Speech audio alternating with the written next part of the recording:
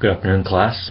I wanted to just take a few minutes to let you know that the discussion board 3 is graded, and really overall I think that the class did a really good job this week. I think that many of you are really understanding how to do a better job of evaluating critically the post of your students and providing really some good contributions to their post, assessing what they've written based upon the readings and other sources. So good work, guys. A lot of the original posts were thorough, and of course I think that some of the questions lent themselves to being a little bit easier in terms of just being thorough. So generally speaking, you guys did a really good job.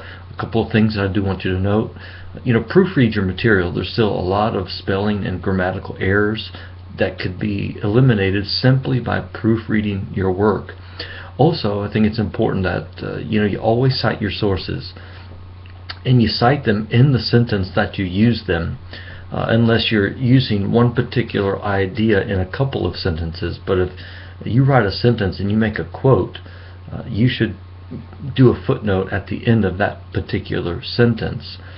So make sure you cite your sources thoroughly and as often as you use some type of information from them.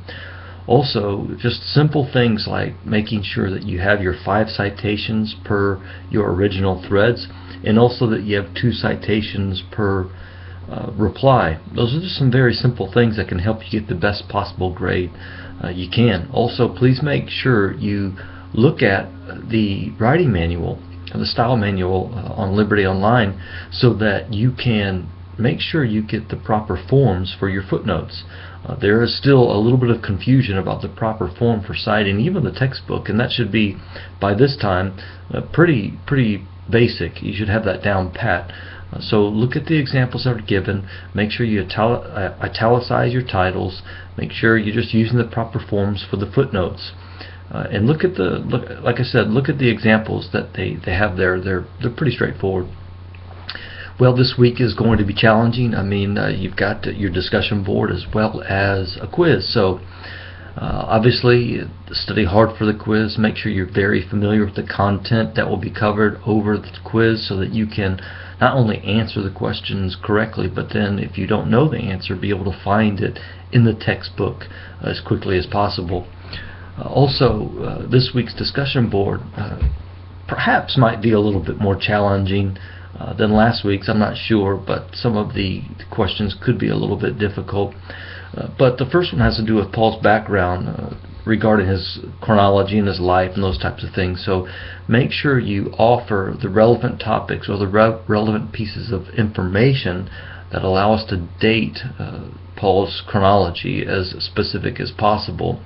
And then, of course, make sure you give me his various missionary journeys and the dates that are used for each one of those journeys.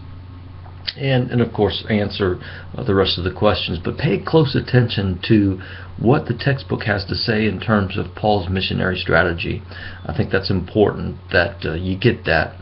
Also, on the new perspective on Paul question, usually where students get hung up on that one is not necessarily on describing the new perspective, but making sure that they list, what were the positive aspects of the new perspective that are emphasized, but then also make sure you give a thorough critique of the new perspective that has been offered in the recent years.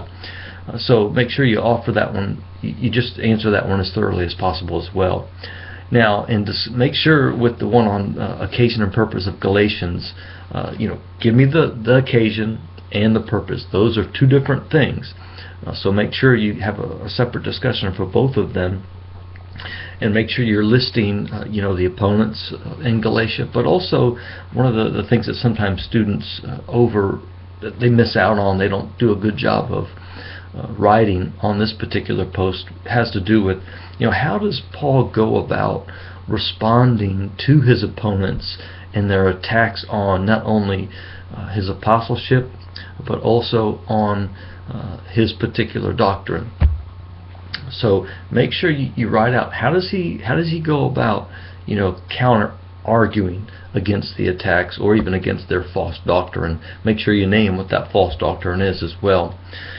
Now, on the question regarding, the northern versus the southern Galatian theory, honestly, over the past couple of years, students do usually a pretty good job with explaining and lining out the evidence for the southern Galatian theory. However, often they overlook some of the key pieces of evidence for the northern Galatian theory. So, although, most people do, as you'll read, and most people do, take the position of the southern Galatian theory, that doesn't mean that there are not good points of evidence toward the northern Galatian theory. So make sure you offer those too, and then provide a reason why you choose one or the other, but also don't just state that you choose northern or southern. The question specifically asks for you to defend your particular position. Tell me why you think the northern theory or the southern theory is the correct one, and then also why is that important, because it has some significance, and you'll see why as you read through the textbook. Well, again, I want to emphasize the fact that you need to be doing your research for the paper. I hope that you realize that we're virtually halfway through the semester or through the term, and it's flown by, and it doesn't get any slower. It continues to get faster. So get some research done. If you have any questions about what is a scholarly source, there's a document in the syllabus that helps you to understand exactly what a scholarly versus a non-scholarly source is.